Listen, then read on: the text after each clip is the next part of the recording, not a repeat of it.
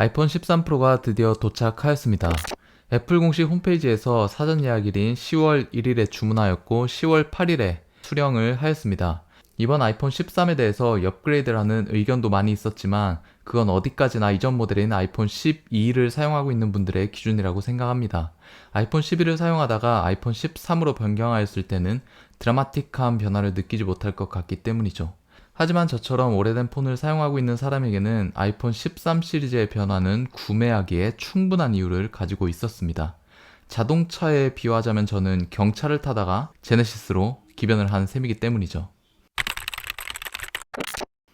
우선 언박싱부터 해보겠습니다. 환경을 생각하는 애플이 아이폰 13부터는 비닐 포장을 제거해버렸습니다. 동일한 목적으로 아이폰 12 시리즈부터 충전기와 이어판 역시 넣어주지 않고 있죠. 좀 아쉽긴 하지만 환경을 생각한다는 애플의 주장에 일부 동의를 하고 있습니다. 하지만 기본 구성품을 제외시키며 낮아진 제조 원가만큼 소비자에게도 판매하는 판매가도 낮아져야 된다고 생각합니다. 아무튼 그리하여 구성품은 아이폰과 C2 라이트닝 케이블이 전부입니다. 애플 스티커. 제가 구입한 모델은 아이폰 13 프로 그라파이트 색상 256GB입니다. 새로운 컬러인 시에라 블루가 커뮤니티 사이에서 굉장히 핫하던데 저는 오히려 차분한 그라파이트와 실버 사이에서 마지막까지 고민을 하였습니다. 결국 그라파이트를 선택하였고 그 선택은 틀리지 않았죠. 애플에서 매 시리즈마다 그라파이트 색상을 제외시키지 않고 계속 출시하는 데는 다 그만한 이유가 있다고 봅니다.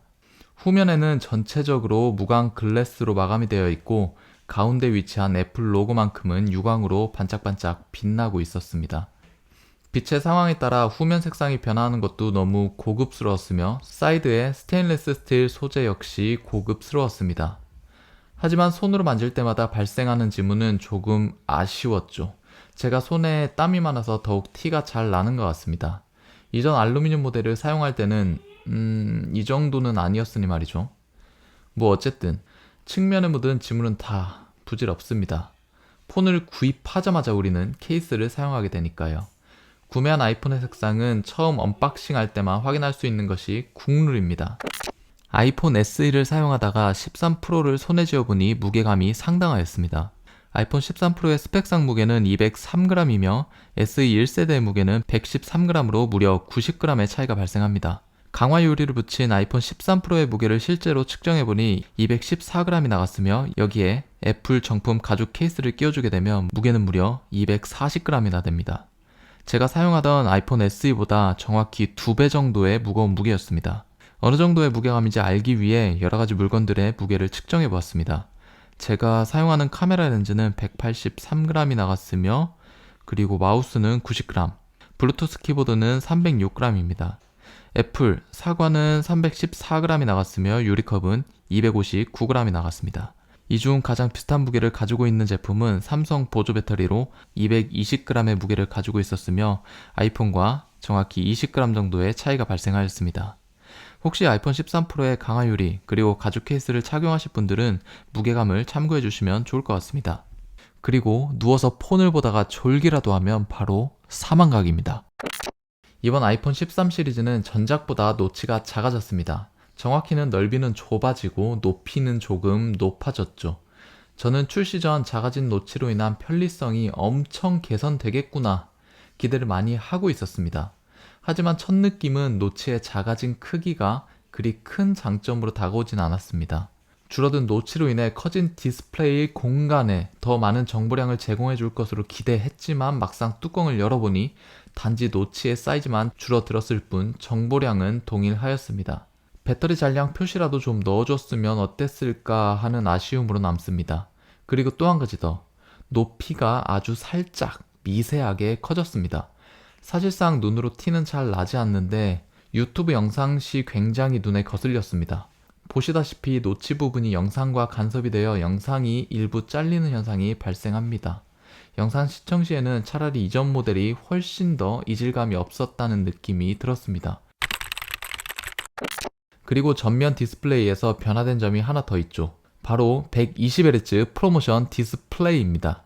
제가 이번 아이폰 13 프로를 선택하게 된 가장 큰 이유입니다.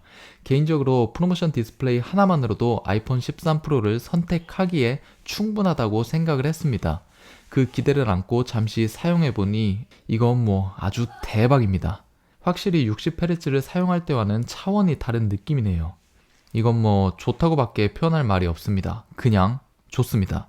기존 사용하던 아이폰도 60Hz였으며 아이패드 역시 60Hz였습니다. 그래서 더욱더 큰 차이가 나는 것 같습니다.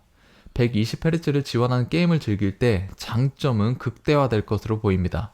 한때 제가 자주 즐겼던 카트라이더 구동 시에도 확실히 120Hz의 장점이 느껴졌습니다. 굉장히 부드럽고 이 코너링이 스무스했습니다. 이거 120Hz에 적응되면 60Hz 기기 사용 시 역체감이 엄청나게 심하게 올 것 같은 그런 느낌이 드네요. 후면 디자인에서 제일 먼저 눈에 들어오는 부분은 역시 엄청나게 커진 카메라입니다. 처음 갤럭시 울트라 모델이 나왔을 때 엄청난 디자인 논란이 있었죠. 하지만 디자인을 포기하면서까지 카메라 사이즈가 점점 커지는 점을 비추어 봤을 때 삼성과 애플은 카메라에 엄청난 공을 들이고 있다는 점을 알 수 있습니다. 그래도 개인적으로는 그만 커졌으면 좋겠네요. 갤럭시 S20 플러스와 비교를 하자면 카메라 차이가 확연하게 나타납니다. 그리고 카 툭툭툭 튀. 이번 아이폰 13 모델은 애플 정품 가죽 케이스를 끼우더라도 카툭튀가 너무 심하기 때문에 폰이 바닥에 밀착되지 않고 까딱까딱거립니다. 보통 폰을 바닥에 놓고 사용하는 환경이 많지는 않기 때문에 크게 상관이 없으신 분들도 있겠지만 참고 정도로 해주시면 좋을 것 같네요. 하지만 저는 카메라의 크기가 크게 신경 쓰이지는 않았습니다. 너무 많은 리뷰를 봐서 그런 건지 벌써 뇌징이 완료된 것일까요? 오히려 디자인보다는 성능에 관심이 더욱더 생겼습니다. 이번 13 모델의 광각 카메라에는 전부 센서 시프트가 탑재되어 손떨방 기능이 크게 개선되었다고 하니 말이죠. 그리고 접사 기능 역시 엄청 기대가 되고 있습니다. 이 부분은 카메라를 집중적으로 리뷰할 때 자세히 이야기해 보도록 하겠습니다. 이번에 시네마틱 모드가 새로 생겼습니다. 이 기능을 간단하게 설명드리자면 지금 보고 있는 영상처럼 한 화면에서 초점 조절만으로 자연스럽게 강조하고 싶은 피사체로의 시선을 이동하게 만드는 기법입니다. 강조한 피사체를 제외한 나머지는 뿌옇게 처리하여 영화 같은 느낌을 줄 수 있죠. 하지만 화질이 조금 떨어진다는 느낌을 받으실 수 있는데요. 4K 촬영이 불가하기 때문입니다. FHD 30프레임으로만 촬영이 가능하였어요. 너무나도 아쉬운 부분이었습니다. 처음에는 기능이 신기하여 몇 번 사용할 듯 하지만 화질 면에서 좀 아쉬웠기 때문에 주로 사용할 것 같지는 않습니다. 자, 지금까지 아이폰 13 프로에 대해 알아보았습니다. 첫인상은 대체적으로 만족스러웠습니다. 제가 조금 더 사용해보고 더욱 자세한 후기를 남겨드리도록 하겠습니다. 그럼 오늘 영상은 여기까지며 제 영상이 조금이나마 도움이 되셨다면 구독과 좋아요 부탁드립니다. 그럼 더 발전된 영상으로 찾아뵙도록 하겠습니다. 감사합니다.